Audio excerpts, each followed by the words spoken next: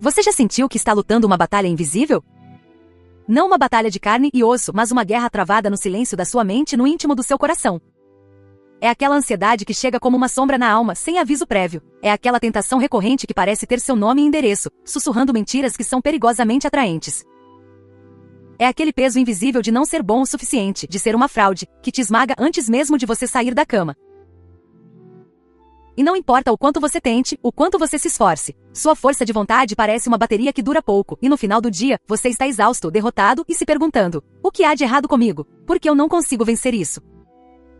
E se eu te dissesse que você nunca foi feito para lutar essa guerra sozinho? E se eu te dissesse que Deus, o comandante dos exércitos celestiais, não apenas vê a sua luta, mas já te entregou pessoalmente uma armadura completa, peça por peça, forjada na eternidade, para você não só lutar, mas para você permanecer de pé? Hoje nós não vamos apenas ler sobre a armadura de Deus em Efésios capítulo 6, versículos 10 a 18. Nós vamos abrir o arsenal do céu. Nós vamos vestir essa armadura juntos. Vamos descobrir como cada peça funciona na segunda-feira de manhã, no meio do trânsito caótico, na pressão do trabalho, no silêncio do seu quarto e na linha de frente da guerra digital, na tela do seu celular. Fica comigo, porque hoje você vai ser equipado para a batalha. Paz do Senhor, família Palavra Pura. A carta de Paulo aos Efésios é uma obra-prima teológica, uma verdadeira sinfonia da graça. Pense na estrutura dela. Nos primeiros 3 capítulos, Paulo nos leva ao topo do Monte Everest da teologia. Ele não começa com uma lista de regras. Ele começa com a nossa identidade. Ele pinta um retrato espetacular de quem nós somos em Cristo. Ele nos diz que em Cristo fomos escolhidos antes da fundação do mundo, que fomos predestinados e adotados como filhos amados, que fomos perdoados de forma extravagante e selados com o Espírito Santo como garantia da nossa herança. Ele nos lembra que estávamos mortos em nossos pecados, mas Deus, em sua rica misericórdia, nos deu vida, nos ressuscitou e nos fez assentar com Cristo nos lugares celestiais. É uma identidade tão segura, tão gloriosa que nos deixa sem fôlego. Essa é a base de tudo. Depois, nos capítulos 4 e 5, Paulo começa a descer da montanha para o nosso dia a dia. A lógica dele é simples e poderosa. Ok, já que vocês são tudo isso que eu acabei de descrever, agora, por favor, vivam de uma maneira que corresponda a essa identidade. E ele começa a aplicar essa verdade. Ele fala sobre unidade na igreja, sobre abandonar a mentira e falar a verdade, sobre perdoar como fomos perdoados. Ele entra na nossa casa, falando sobre como essa nova vida se parece no casamento. Entra na nossa família falando sobre a criação de filhos. Entra no nosso trabalho falando sobre como servimos aos nossos chefes e lideramos nossos funcionários. É a teologia aterrissando na vida real. E então, quando você acha que a carta está chegando a uma conclusão calma, ele chega ao clímax. O tom muda. No capítulo 6, versículo 10, ele soa a trombeta de guerra. Ele olha para essa igreja que vive em Éfeso, uma cidade imersa em idolatria, no culto a deus Artemis, cheia de ocultismo e pressões culturais, e diz, em outras palavras, preparem-se, porque essa identidade gloriosa que vocês têm em Cristo, e essa vida santa que vocês são chamados a viver, será violentamente atacada. O chamado não é para sermos heróis solitários, supercrentes bombados de autoconfiança. Pelo contrário, o chamado é para um povo, uma família, um exército que aprende a se revestir, não da sua própria força, mas da força avassaladora do seu Senhor. É exatamente isso que ele diz no versículo 10, quanto ao mais, sede fortalecidos no Senhor e na força do seu poder. Pare e medite nessa frase por um momento. Sede fortalecidos. A forma verbal aqui é passiva. Não é sejam fortes ou se fortaleçam por conta própria. Não é um comando para você cavar mais fundo e encontrar uma reserva de força que você não tem. É um comando para você se permitir ser fortalecido. É um convite para receber a força de uma fonte externa. É como um celular com a bateria em 1%. A solução não é sacudir o celular ou gritar com ele. A solução é conectá-lo à tomada. Paulo está dizendo, pare de tentar ser sua própria fonte de energia. Conecte-se à usina de força infinita do Senhor. É um convite à dependência radical e diária. Mas por que precisamos de uma força que não é nossa? Por que esse tom de urgência? O versículo 11 nos dá um motivo explícito, para poderdes ficar firmes contra as ciladas do diabo. A palavra grega que Paulo usa aqui para ciladas é metodeia. Soa familiar? É de onde vem a nossa palavra método. Isso nos diz algo crucial sobre nosso inimigo. A oposição que enfrentamos não é aleatória, não são ataques de um brutamonte sem cérebro. São ataques metódicos, estratégicos, esquemas inteligentemente projetados. O inimigo te estudou. Ele conhece suas fraquezas, suas feridas de infância, suas inseguranças, seu orgulho. E ele cria armadilhas personalizadas, iscas feitas sob medida para você. Paulo aprofunda o diagnóstico no versículo 12, porque a nossa luta não é contra o sangue e a carne, ou seja, nosso inimigo final não é seu chefe, seu vizinho, seu cônjuge, e sim contra os principados e potestades, contra os dominadores deste mundo tenebroso, contra as forças espirituais do mal nas regiões celestiais. Essa é a realidade cósmica em que vivemos. Há uma guerra espiritual, hierarquizada e organizada, acontecendo nos bastidores da história. São as forças invisíveis que promovem ideologias de morte, que sustentam sistemas de injustiça, que sussurram mentiras nas culturas. E é por isso que nossas armas humanas são inúteis. Você não leva uma faca para uma batalha de tanques. Para lutar contra um inimigo espiritual e suas estratégias, você precisa de um arsenal espiritual. E de onde vêm essas armas? Versículo 13, a resposta gloriosa. Portanto, tomai toda a armadura de Deus. Note bem, mais uma vez, não é a armadura do crente. Não é algo que nós fabricamos. É a armadura de Deus. É o equipamento de batalha que o próprio Deus Todo-Poderoso usa. Isso é de explodir a cabeça. E não é uma ideia nova. Paulo está citando o Antigo Testamento. Lá em Isaías capítulo 59, versículo 17, o profeta descreve o próprio Senhor se preparando para a guerra para salvar seu povo. Vestiu-se de justiça, como de uma couraça, e pôs o capacete da salvação na cabeça. A mesma armadura que o Deus guerreiro veste para executar sua salvação, ele agora, em Cristo, compartilha com o seu povo. Que privilégio! A nossa estratégia, portanto, não é sair conquistando território com a nossa bravura. A palavra que Paulo repete como um tambor de guerra aqui é resistir e permanecer firmes. Por quê? Porque a batalha decisiva, o dia D da história, já foi vencida por Jesus Cristo na cruz e na ressurreição. A tese de Paulo é esta: Deus nos equipa com a sua própria armadura para resistirmos aos ataques do mal no fluxo normal da vida, e nós conseguimos permanecer em pé, não por causa da nossa força, mas porque estamos firmados na vitória que Cristo já conquistou por nós. A guerra já está ganha, mas as batalhas diárias continuam, e para essas batalhas, estamos equipados. Então, vamos abrir esse arsenal. Vamos vestir essa armadura, peça por peça, e entender como ela funciona hoje, na segunda-feira do Brasil. A primeira peça que o soldado romano vestia à base de todo o equipamento era o cinto, ou cinturão de couro, chamado cingulum. Não era um mero acessório. Era a peça fundamental que segurava tudo no lugar. A túnica longa ficava presa para cima, dando liberdade de movimento para as pernas. A bainha da espada era pendurada no cinto. Era o centro de gravidade do soldado. Sem o cinto, ele seria um desastre desajeitado em batalha. Paulo diz: estai, pois, firmes, cingindo-vos com a verdade. O que é essa verdade? Ela tem duas dimensões inseparáveis. A primeira e mais importante é a verdade com V maiúsculo, o Evangelho de Jesus Cristo. Jesus mesmo disse em João, capítulo 14, versículo 6, Eu sou o caminho, a verdade e a vida. A verdade não é primariamente uma lista de doutrinas, mas uma pessoa. Cingir-se da verdade é amarrar toda a sua vida, todos os seus pensamentos, todas as suas ações, na realidade de quem Jesus é e do que ele fez por você. É viver consciente da verdade de que você não luta para ser aceito por Deus, você luta porque já é radicalmente aceito nele. Você não luta para merecer o amor dele, você luta impulsionado pelo amor que ele já derramou sobre você. Essa é a verdade fundamental que precisa segurar tudo em sua vida. Viver no cinto da verdade é travar uma guerra ativa contra as mentiras que o inimigo sussurra no seu ouvido o dia todo. Mentiras como: você precisa performar para Deus te amar, ou seu passado te define para sempre, ou ninguém realmente se importa com você. O cinto da verdade nos permite identificar essas mentiras e dizer: isso é falso. A verdade é o que a palavra de Deus diz sobre mim em Cristo. A segunda dimensão é a verdade com V minúsculo, a integridade pessoal. Porque você está amarrado na verdade, você se torna uma pessoa verdadeira. Na prática, cingir-se da verdade é praticar honestidade radical no trabalho, mesmo que isso custe uma promoção. É decidir não passar adiante aquela fofoca, mesmo que seja quentíssima. É ter a coragem de checar a fonte de uma notícia antes de compartilhar no grupo da família e espalhar pânico ou desinformação. É ser a mesma pessoa online e offline. A verdade firma o nosso coração contra a ansiedade e abençoa a nossa comunidade com estabilidade.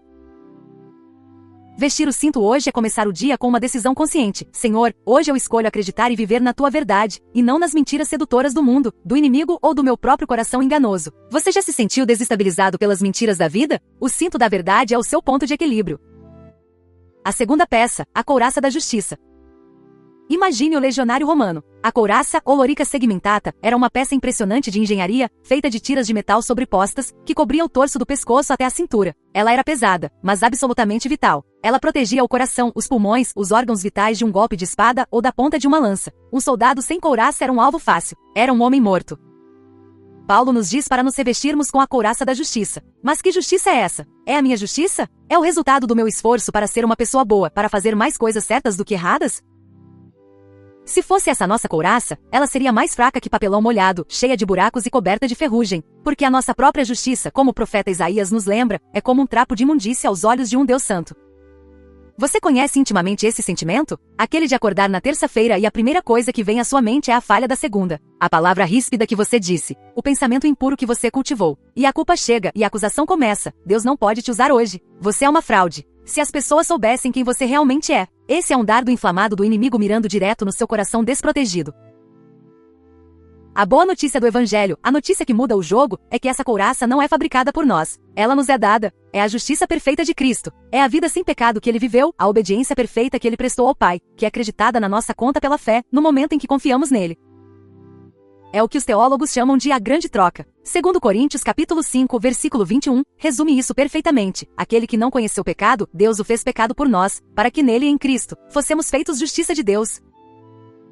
Vestir essa couraça todas as manhãs é um ato de fé. É declarar, contra nossos sentimentos de inadequação: Pai, eu não sou justo em mim mesmo. Minhas emoções me acusam. Minha memória me condena. Mas hoje eu recuso a confiar na minha performance. Pela fé, eu visto a justiça perfeita e inabalável do teu Filho Jesus sobre a minha culpa e a minha vergonha. Quando o diabo, o grande acusador, olha para você, ele não vê mais as suas falhas. Ele vê a justiça perfeita de Cristo te cobrindo. Isso protege seu coração. E essa verdade te liberta para viver em integridade prática, não para conquistar a justiça, mas porque você já possui a justiça dele. Isso muda tudo na hora de declarar o imposto de renda, de devolver o troco a mais na padaria, de ser honesto no relatório do trabalho, de confessar o pecado rapidamente a um irmão. Você não age certo por medo do castigo, mas por gratidão transbordante, porque seu coração já está eternamente seguro, protegido pela couraça do rei. Percebe a diferença monumental que isso faz na sua luta diária? Em seguida, Paulo diz para calçarmos os pés com a preparação do Evangelho da Paz. O calçado de um soldado romano, a caliga, era uma sandália de couro pesado, projetada para longas marchas e para dar firmeza em combate. A sola era cravejada com pregos de ferro, como uma chuteira, para garantir máxima aderência ao solo. Um soldado descalço ou com calçado errado era instável, lento e um alvo fácil para armadilhas. Calçar a prontidão do Evangelho da Paz, então, significa duas coisas fundamentais. Primeiro, significa que a nossa estabilidade, a nossa firmeza, o nosso chão espiritual vem do Evangelho. A paz que temos com Deus, conquistada pelo sangue de Cristo na cruz, é o terreno firme onde podemos nos posicionar em meio ao caos do mundo. A ansiedade tenta nos tirar o chão, as más notícias tentam nos desequilibrar, os conflitos tentam nos fazer escorregar, mas nós estamos firmes na rocha da nossa reconciliação eterna com Deus. A paz com Deus nos dá estabilidade. Segundo, significa que estamos prontos e preparados para levar essa mensagem de paz onde quer que andemos. Nossos pés estão calçados e prontos para a missão de sermos embaixadores da reconciliação. Nós não apenas temos paz, nós a proclamamos e a promovemos. Como isso funciona na vida real no Brasil de hoje? No grupo de WhatsApp da família que está pegando fogo por causa de política, você, com os pés calçados pela paz, é aquele que escolhe palavras que apaziguam, que buscam pontos em comum, que constroem pontes em vez de muros. Você não joga gasolina na fogueira. Na reunião de condomínio, na conversa no café do escritório, na resposta a um comentário agressivo no seu post, você não fala para vencer a discussão, para humilhar o outro ou para inflamar. Você fala para reconciliar. Seus pés te levam em uma missão de paz, porque você mesmo está em paz com Deus. Você se torna um agente de calmaria em um mundo de tempestades. Seus passos deixam um rastro de graça. O versículo 16 vem com uma ênfase especial, embraçando sempre o escudo da fé, com o qual podereis apagar todos os dardos inflamados do maligno. O escudo do legionário romano, o scutum, era uma arma defensiva formidável. Era grande, retangular, curvado, feito de madeira e coberto com couro e metal. Frequentemente, antes da batalha, os soldados o mergulhavam na água. Por quê? Porque uma tática comum do inimigo era atirar flechas com a ponta enrolada em estopa e embebida em piche, e então atear fogo. Quando essas flechas em chamas atingiam o escudo de couro molhado, elas se apagavam instantaneamente. Paulo usa essa imagem vívida e poderosa. Quais são os dardos inflamados do maligno hoje? São pensamentos, mentiras sussurradas que chegam com velocidade e com o potencial de incendiar nosso interior. São dardos de dúvida. Será que Deus realmente se importa com o seu problema? Dardos de acusação. Você pecou de novo. Você nunca vai mudar. Dardos de medo. E se o pior acontecer? E se você perder o emprego? E se essa doença for grave? Dardos de comparação que surgem ao rolar o feed do Instagram, incendiando a inveja. Dardos de luxúria que piscam na tela do computador. Cada um desses pensamentos é como uma flecha em chamas, projetada para incendiar seu coração com medo, vergonha, ansiedade ou desejo pecaminoso. Como os apagamos? Com o escudo da fé. E fé aqui não é um sentimento vago de otimismo. Fé é confiar ativamente nas promessas específicas de Deus para situações específicas. É uma ação de guerra. Quando o dardo da acusação pela sua falha de ontem vier, você levanta o escudo e responde com a promessa de Romanos, capítulo 8, versículo 1. Agora, pois, já nenhuma condenação há para os que estão em Cristo Jesus. Puf, dardo apagado. Quando o dardo do medo do futuro financeiro chegar, você levanta o escudo e responde com a promessa de Filipenses, capítulo 4, versículo 19. O meu Deus, segundo a sua riqueza em glória, há de suprir, em Cristo Jesus, cada uma de vossas necessidades. Puf, dardo apagado. O escudo da fé não é passivo. É a sua resposta deliberada de confiar mais na palavra de Deus do que nos seus sentimentos ou nas circunstâncias. Uma dica prática: prepare seu escudo hoje. Pegue o bloco de notas do seu celular e crie uma nota chamada Meu Escudo. Escreva 2 ou 3 promessas da Bíblia que falam diretamente às suas maiores lutas. Memorize-as. Quando o dardo vier, você estará pronto para levantá-lo e apagá-lo antes que ele te queime. A quinta peça é crucial: o capacete da salvação. A função do capacete, a galha romana, é óbvia: proteger a cabeça. A cabeça é o centro de comando do corpo, o lugar da mente, dos pensamentos, da estratégia. Um golpe na cabeça pode incapacitar ou matar o melhor dos soldados. O capacete da salvação, portanto, protege a nossa mente. Mas como? A salvação que Paulo tem em mente aqui não se refere apenas à nossa conversão no passado. Em 1 Tessalonicenses capítulo 5, versículo 8, ele nos dá uma chave, chamando essa peça de o capacete da esperança da salvação. O capacete é a nossa confiança segura, a nossa certeza inabalável no futuro que Deus nos prometeu. É a certeza de que não importa o quão sombrio e confuso o dia de hoje pareça, a nossa história termina em vitória, termina em glorificação, termina com a volta de Cristo, com a ressurreição do corpo, com novos céus e nova terra onde habita a justiça. Essa esperança futura, essa certeza do fim da história, guarda a nossa mente no presente. Como isso funciona? Quando você liga o jornal ou abre o portal de notícias e é bombardeado com tragédias, corrupção e caos, e sua mente começa a espiralar em pânico sobre o futuro dos seus filhos, do país, do mundo, você pratica o que eu chamo de o pausar santo. Você respira fundo e, num ato de fé, você ajusta o seu capacete. Você declara, em voz alta se for preciso: a situação é grave, mas o meu Deus ainda reina. Eu pertenço a Jesus, ele venceu a morte, e a minha esperança final não está neste sistema mundial. Minha mente está segura na certeza da sua vinda e do seu reino. O capacete da salvação guarda sua mente do desespero, do pessimismo e da desesperança que paralisam. Ele te lembra, todos os dias, que o final da história já foi escrito pelo autor da vida, e é um final indescritivelmente glorioso. E essa esperança muda como você vive hoje. Finalmente, Paulo nos dá a única arma de ataque da lista, e a espada do Espírito, que é a palavra de Deus. É fascinante que a palavra grega usada aqui para palavra não é logos, que geralmente se refere à palavra de Deus como um todo, a mensagem escrita. A palavra aqui é rema. Rema se refere à palavra falada, a declaração específica de Deus para uma situação específica. A espada, portanto, não é a Bíblia de couro pesada na sua estante acumulando poeira. A espada é a escritura viva que foi lida, meditada, memorizada no coração e agora está pronta para ser empunhada e falada na hora da batalha. E quem é o nosso maior modelo de como usar essa espada? O próprio Senhor Jesus. Em Mateus capítulo 4, quando Satanás o tenta no deserto, qual é a resposta de Jesus a cada um dos 3 ataques? Ele não argumenta com sua própria lógica. Ele não apela para o seu poder divino para fulminar o tentador. Ele, humildemente, desembainha a espada e diz: está escrito. E para cada ataque, ele cita uma passagem específica do livro de Deuteronômio. Ele usa o rema de Deus para cortar a mentira do inimigo pela raiz. Usar a espada do Espírito é estabelecer o hábito de responder às tentações específicas com escrituras memorizadas. Quando a tentação da murmuração e da reclamação pelo seu trabalho surgir, você contra-ataca com o rema de Filipenses capítulo 2, versículo 14. Fazei tudo sem murmurações nem contendas. Quando o desejo de vingança por uma ofensa ferver no seu coração, você responde com Romanos capítulo 12, versículo 19. Não vos vingueis a vós mesmos, amados. A mim me pertence a vingança. Eu é que retribuirei, diz o Senhor. Se você não sabe por onde começar, comece com o Salmo 1, versículo 2. O seu prazer está na lei do Senhor, e na sua lei medita de dia e de noite. Isso é afiar a sua espada todos os dias, para que ela esteja pronta para o combate. Depois de listar todas as peças, Paulo sela tudo com a atmosfera em que o soldado cristão vive, move e respira, a oração. Versículo 18. Com toda oração e súplica, orando em todo tempo no Espírito e para isto vigiando com toda perseverança e súplica por todos os santos. A armadura, por mais poderosa que seja, não funciona sem o oxigênio da oração. Oração não é a 7ª peça da armadura, é o poder que ativa todas as outras 6. É a comunicação com o quartel-general, com o comandante. E note a intensidade, com toda oração, em todo tempo, com toda perseverança. Isso fala de uma vida de comunicação constante com Deus. Orando no Espírito significa orar alinhado com a vontade do Espírito, guiado por Ele, dependendo dele até mesmo para saber como orar. E vigiando com toda perseverança, porque a guerra espiritual é longa e cansativa. Perseverar em oração é uma disciplina de guerra. E aqui vem um ponto crucial, que nos livra do individualismo, e súplica por todos os santos. A batalha é coletiva. Nós não somos soldados Rambo, lutando sozinhos. Somos um exército. A imagem romana aqui é a formação testudo, a tartaruga, onde os soldados se juntavam, e cada um cobria o outro com seu escudo, formando uma barreira impenetrável. A sua vitória pessoal está intrinsecamente ligada à sua oração pelos seus irmãos, e a vitória deles, a oração deles por você. A guerra espiritual de verdade parece menos com um filme de ação de Hollywood e mais com um pequeno grupo de irmãos orando fervorosamente uns pelos outros em uma sala, compartilhando suas fraquezas e se cobrindo em intercessão. Quer algo prático? Marque no seu celular, hoje, 3 alarmes discretos, manhã, tarde e noite. Quando tocar, pare por apenas 1 minuto. Use 30 segundos para orar pelo enchimento do Espírito Santo e 30 segundos para interceder pelo nome de um irmão ou irmã da sua igreja. Isso é ser um soldado em oração. Então, como costuramos tudo isso? O grande perigo é tratar essa armadura como uma lista de tarefas ou, pior, como um amuleto supersticioso. Não é sobre rituais.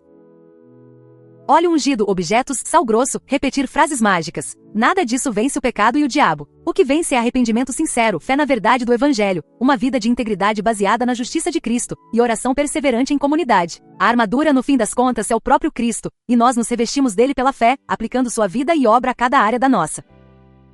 A verdade central que você precisa levar para casa hoje é esta: Deus, seu Pai amoroso, te reveste com a própria armadura do Messias para que você possa permanecer firme contra as forças do mal, hoje, exatamente onde você está.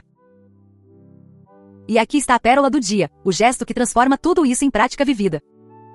Antes de sair de casa amanhã, ou mesmo antes de pegar o celular na cama, reserve 60 segundos. Feche os olhos. E em voz baixa, como um soldado se preparando para o dia, vá vestindo cada peça com uma frase de fé. Diga: Senhor, hoje pela fé eu me visto de Cristo. Ele é meu cinto da verdade, que me âncora na realidade e me livra da mentira. Ele é minha couraça da justiça, que silencia toda a culpa e acusação. Eu calço os sapatos da sua paz, para andar com estabilidade e ser um pacificador. Eu levanto o escudo da fé nas tuas promessas, para apagar as setas inflamadas do inimigo. Eu coloco o capacete da salvação, guardando minha mente com a esperança da tua volta. Eu pego a espada do Espírito, a tua palavra viva, como minha resposta. E eu respiro em oração constante. Depois de fazer isso, pegue o seu celular, abra o WhatsApp e envie uma mensagem curta de encorajamento para um irmão em Cristo. Algo como: orando por você hoje. Permaneça firme na força do Senhor. Porque lutar junto é lutar melhor. Essa é a essência da armadura de Deus em ação. Na cruz e na ressurreição, Cristo desarmou os principados e potestades. Nossa armadura não é um peso que carregamos. É o privilégio de participar da vida e da vitória do nosso Rei. Não é sobreviver com medo, mas sobreviver com esperança vigilante, até o grande dia em que ele voltar. Vamos orar. Senhor, nós te agradecemos porque a batalha decisiva já foi vencida por Jesus na cruz. E agora, humildemente te pedimos, fortalece-nos no Senhor e na força do teu poder. Veste-nos de Cristo hoje. Que a verdade guarde nossos lábios, nosso coração e nossos cliques. Que a justiça perfeita de Jesus nos cubra de toda culpa e nos mova a uma vida de santa integridade. Que a paz do Evangelho firme nossos passos e nos faça pacificadores em um mundo quebrado. Pai, ajuda-nos a levantar o escudo da fé contra cada dardo de mentira, medo e acusação. Guarda nossas mentes com a gloriosa esperança da salvação. Põe a tua palavra afiada em nossa boca como resposta a toda tentação. E acima de tudo, ensina-nos a orar em todo tempo, a vigiar e a perseverar, intercedendo uns pelos outros como um só corpo. Livra-nos das ciladas do inimigo, consola os que estão cansados na luta, e faz a tua igreja, o teu povo amado, permanecer firme até a tua vinda. Nós oramos isso no nome poderoso daquele que já venceu, Jesus Cristo. Amém. Essa armadura não é para ser guardada no armário, é para ser usada todo santo dia.